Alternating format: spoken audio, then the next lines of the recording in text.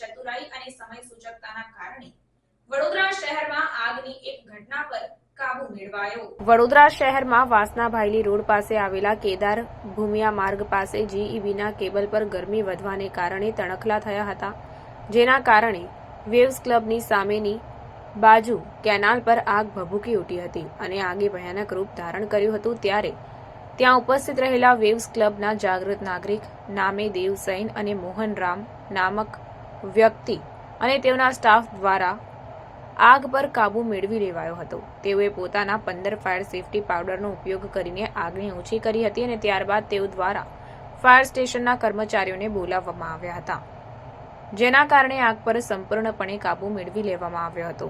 આમ વડોદરા શહેરમાં દેવ સૈન જેવા જાગૃત લોકો રહેશે તો આવનારી દરેક આપત્તિ પર કાબુ મેળવી શકાશે, જેથી આવા લોકોને સાચા દિલથી સલામ કરવામાં આવે છે।